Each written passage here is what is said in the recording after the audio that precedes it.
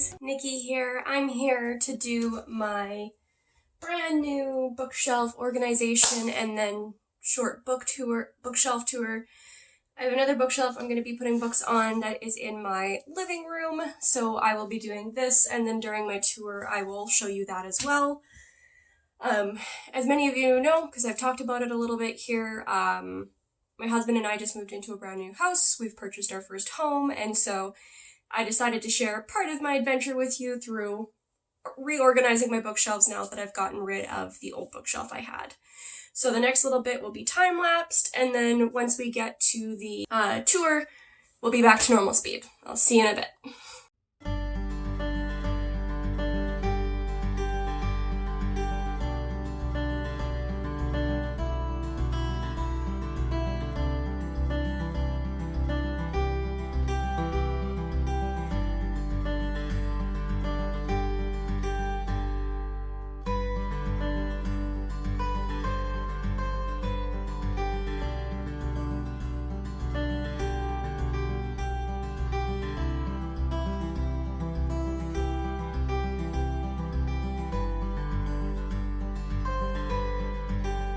Okay, so you can't really see the bottom shelf, but it's a work in progress. I've got all my books out of my boxes now, or at least I think I got all of them. The rest look like they're my husband's.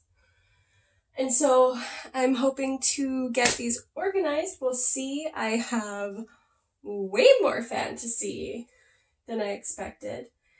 But as I go through, I do intend to pick out my favorites, the stuff I read the most and reread the most, and put that out in the living room with my TBR stuff. So anything you see me put to the side, it's probably going out there. And now on to some more time lapse.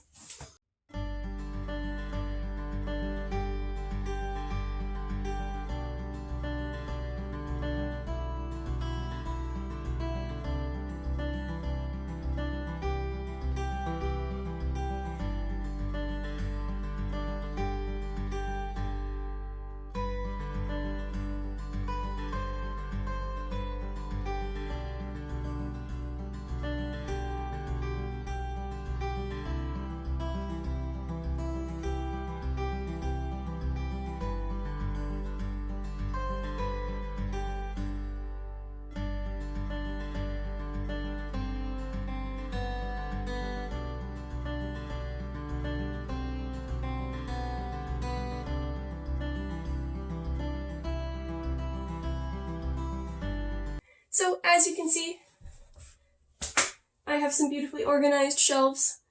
I really didn't have too much organization on the first couple shelves. Some of the other stuff is just like, if I've organized it by anything, it's by alphabetical by author, which you'll see as we get going. Thankfully, not all of my shelves are filled, which gives me some space to buy more books.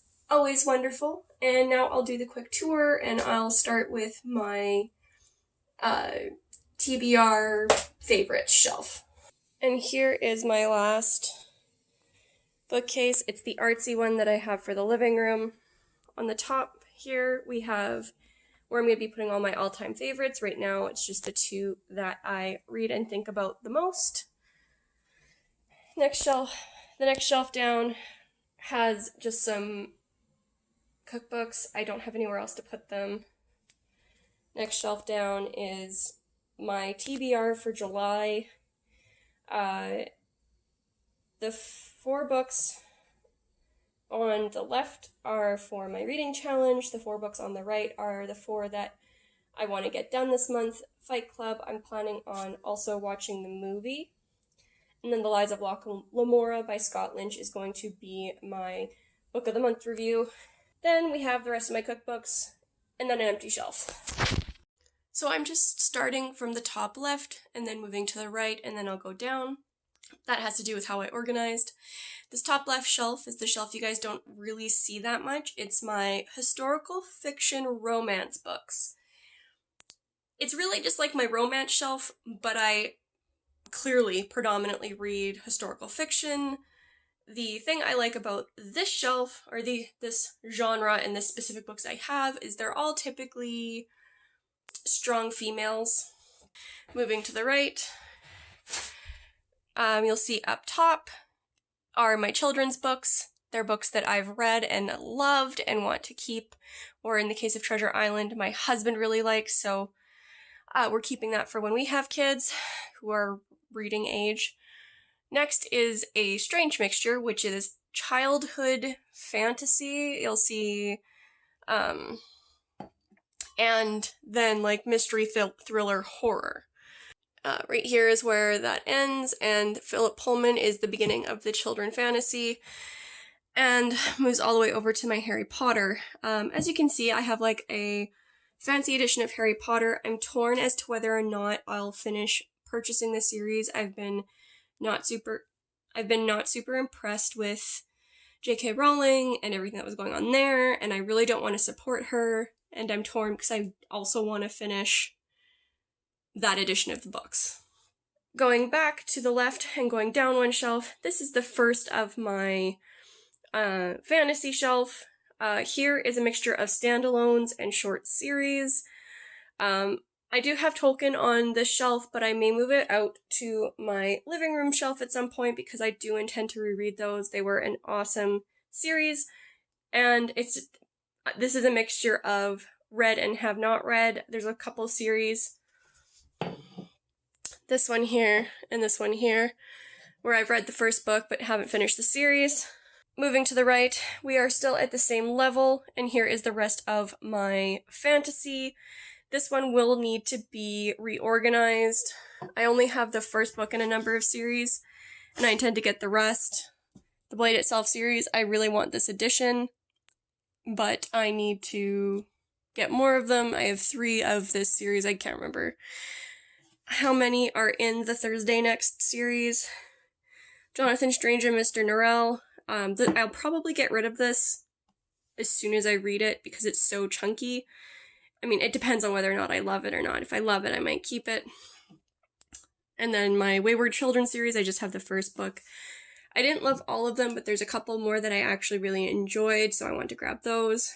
I need to get more of the Broken Earth trilogy, and I have Shadow of the Fox, the first book in this series by Julie Kagawa that is coming in the mail. This is the beginning of my science fiction shelf. This is where I really started doing the alphabetical authors. I have the front half of the Foundation series by Isaac Asimov, the first 2 books by Douglas Adams there, World War Z by Max Brooks. I know that one isn't for everybody, but if you still enjoy zombie apocalypse novels that have a lot of thought put into them, and you really enjoy things written in like a letter or interview format, I really recommend it, especially if you're able to listen to the full cast audiobook. The full cast audiobook is phenomenal. Next is the Ender's Game series. Again, this is one I was torn. I bought it before I found out, I bought this series almost 10 years ago now, before I found out that this author was very homophobic and had made some really remarks. So I have the books, I enjoy the books, so I'm unsure, I can't really recommend you go and buy them, but I like them. I also know I did a review on Ender's Game when I first started my channel. Again, before I found out he made a bunch of homophobic remarks. The rest of this shelf is just more science fiction. It's a variety of post-apocalyptic.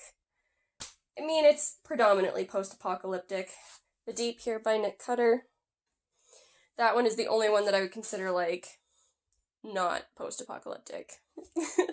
And it's mostly there. This is my other science fiction shelf at the end here.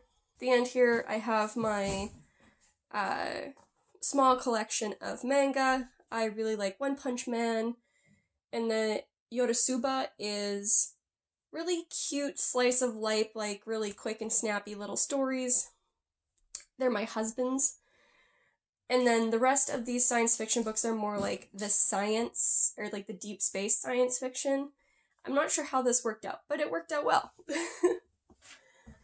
Next is my historical fiction shelf. As you can see, most of them are World War II based historical fiction. But I have a few that aren't. The first one over here, on a lantern in her hand. is the book that really got me into reading seriously. It was one of my grandma's favorite books growing up, and she bought it for me when I was about 11. I lost that copy, but I bought a new one, and I love it. It's an amazing story. It's just like a pioneer woman and the things she's faced with and the strength she has. It was a really wonderful read when I was 11. I haven't reread it yet, but I imagine it'll stand up. And then there's a mixture of other stuff in here as well, but it's predominantly World War II historical fiction. Moving to the right again, this is kind of my contemporary literary fiction shelf. As you can see, there's a mixture of stuff. Like, you get stuff that's a little bit more disturbing with The Secret History and The Glass Castle, and you get stuff that is, no, this is all heavy. Oh no, and then you get stuff that's lighter, like The Over to Life of Amy Byler, which is about a woman kind of coming into her own after she's divorced this man and she's ready to move on with her life. This is the most mixed bag shelf that I have. Starting on the left, I have my nonfiction, as well as some of my Shakespeare. I don't have a lot. Those are two of my favorites. His sonnets, one of his sonnet collections, and As You Like It. In the middle are all of my short story collections. A lot of them would go in the contemporary section. The Manhattan Mayhem is more of a mystery detective kind of stories, but I wanted to keep my short story collections together. The right, and you have some of my classics. I really feel like I have another box of books somewhere, but I don't know where it is. And then I have my least fun shelf.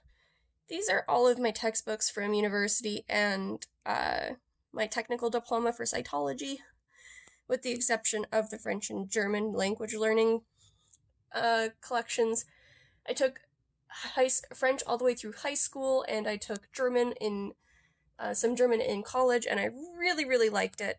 So that was a pretty long video. I'll see what I can do with the time lapse, how much of it I'm going to keep. Sorry that the sound in this video is going to be absolutely shit. I'll include another warning at the beginning of the film. I'll include another warning at the beginning of the video. Otherwise, I will see you guys in the next one, and I hope you enjoyed my organization and tour.